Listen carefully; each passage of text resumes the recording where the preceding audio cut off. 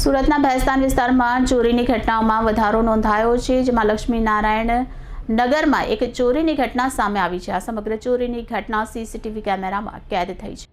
ભેસ્તાન વિસ્તારમાં ચોરીની ઘટનામાં વધારો થયો છે. તાજેતરમાં લક્ષ્મીનારાયણ નગરમાં એક ચોરીની ઘટના બની છે, જ્યાં ચોર ઘરના સીસીટીવી કેમેરામાં કેદ થયો છે. મળતી માહિતી મુજબ ઘર માલિકે સીસીટીવી ફૂટેજમાં જોયું કે એક શંકાસ્પદ વ્યક્તિ ટેમ્પોમાંથી સામાન ચોરી કરી જતો હતો.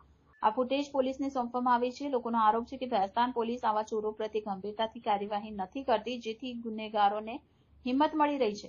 થોડા દિવસ પહેલા પણ લક્ષ્મીનારાયણ નગરમાં લૂંટારુઓ સીસીટીવી કેમેરાની નજરે આવ્યા હતા, પરંતુ તેમને પકડવામાં અસરકારક પગલાં નહીં લેવાયાનો લોકોનો આક્ષેપ છે.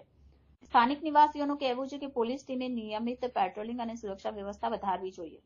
ભેસ્તાન પોલીસે આ મામલે જણાવ્યું કે સીસીટીવી ફૂટેજના આધારે શોધખોળ ચાલી રહી છે અને ચોરને ઝડપથી પકડવામાં આવશે. તેમણે નાગરિકોને સાવચેત રહેવાની અપીલ કરી છે અને કોઈ પણ સંદિગ્ધ પ્રવૃત્તિ જણાય તો તુરંત પોલીસને સૂચના આપવાનું કહ્યું. સ્થાનિક લોકોની માંગ છે કે પોલીસે વિસ્તારમાં સુરક્ષા વ્યવસ્થા કડક કરી ચોરી અને લૂંટફાટ જેવી ઘટનાઓ પર અંકુશ મૂકવો જોઈએ.